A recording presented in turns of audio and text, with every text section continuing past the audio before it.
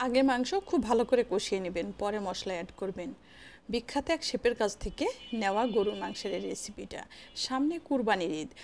কুরবানি ঈদ মানেই তো গরুর মাংস, তাই না? আর গরুর মাংসটা কম বেশি সবার বাড়ি রান্না হয়, যার জন্য চিন্তা করলাম এই রেসিপিটা যেহেতু আপনাদের জন্য সংগ্রহ করছি, আপনাদের সাথে শেয়ার করি। প্রথমে আমি হাফ কাপ সয়াবিন তেল দিয়েছি, দিয়ে দিলাম হাফ ইঞ্চি পরিমাণ 5-6 খণ্ড দারচিনি এবং 8-10টা এলাচ, 2টা তেজপাতা খুব ভালো করে ভেজে দিয়ে দিলাম কয়েকটা লবঙ্গ। সুন্দর একটা স্মেল আসলে অ্যাড করে দিলাম 1 কাপ পেঁয়াজ কুচি। পেঁয়াজটা হালকা ব্রাউন করে ভেজে ওই পেঁয়াজ এবং গরম মশলার অ্যাড করে দিলাম 1.5 কেজি পরিমাণ গরুর মাংস।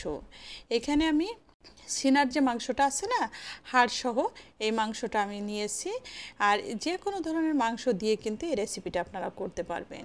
এখন খুব ভালো করে গরম মশলা এবং পেঁয়াজের সঙ্গে এমনভাবে কষাতে হবে যে কষাতে কষাতে পানিটা শুকিয়ে একদম তেল ছেড়ে দেয় এবং তেলের ভিতর কষাতে হবে, সুন্দর একটা স্মেল আসবে। দেখেন মাংস থেকে বেশ খানিকটা পানি বের হয়েছিল, পানিটা শুকিয়ে একদম তেল ছেড়ে দিয়েছে। এই পর্যায়ে যখন চলে আসছে অ্যাড করে দিলাম 3 টেবিল চামচ আদা রসুনের পেস্ট। 1.5 কেজি গরুর মাংসে এখানে আমি 3 টেবিল চামচ পরিমাণ আদা রসুনের পেস্ট ব্যবহার করেছি। আদা রসুনটা দিয়েও আমি 2 মিনিটের মতো খুব ভালো করে কষিয়ে নিয়েছি মাংসটাকে।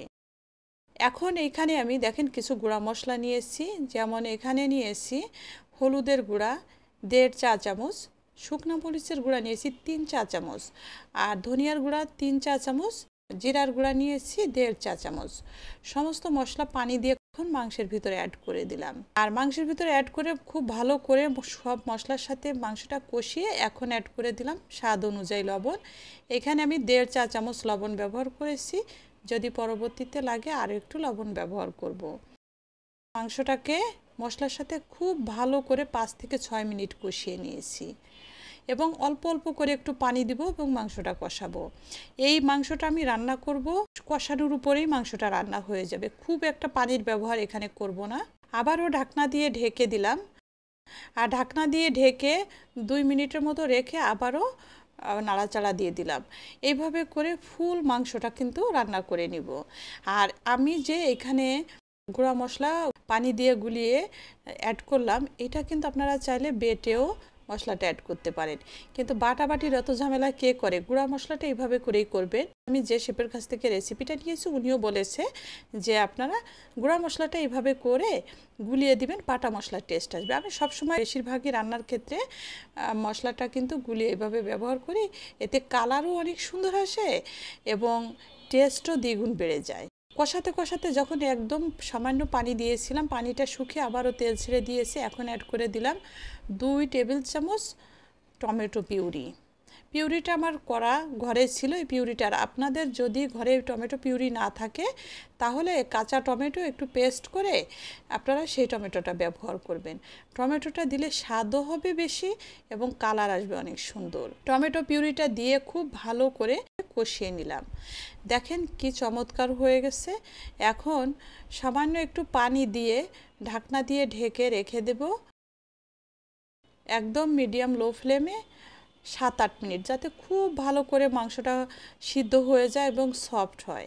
ঢাকনা তুলে এখন দেখেন এই পর্যায়ে চলে আসছে, আর গ্রেভিটা দেখেন এত সুন্দর একটা ফ্লেভার আসছে, মানে মন ভরে যাওয়ার মতো। আমি যখন গুঁড়া মশলাটা গুলিয়ে মাংসটা কষিয়েছি, ওর ভিতরে কিন্তু আমি 1 চা চামচ গরম মশলাও অ্যাড করেছি।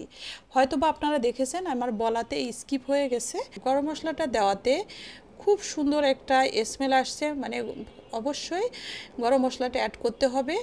আর গরম মশলা গুঁড়াটা আমার হাতে তৈরি, এটা সামনে আমি রেসিপিটা দিব, আপনাদের হয়তো বা উপকারে আসবে, সাথে থাকবেন তাহলে পেয়ে যাবেন রেসিপিটা। কুরবানি ঈদ মানেই তো গরুর মাংস, আর গরুর মাংস ছাড়া তো কুরবানির ঈদ মনে করেন যে সবার ঘরে কম বেশি রান্না হয়, তাই না?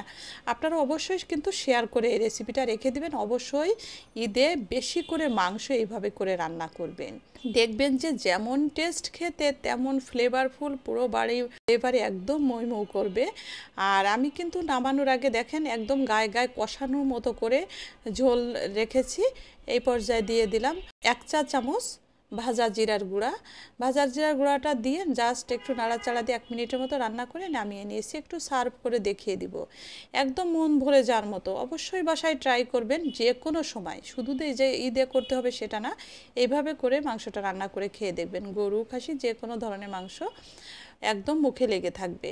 শেয়ার করে রেখে দিবেন টাইমলাইনে, অবশ্যই ট্রাই করবেন।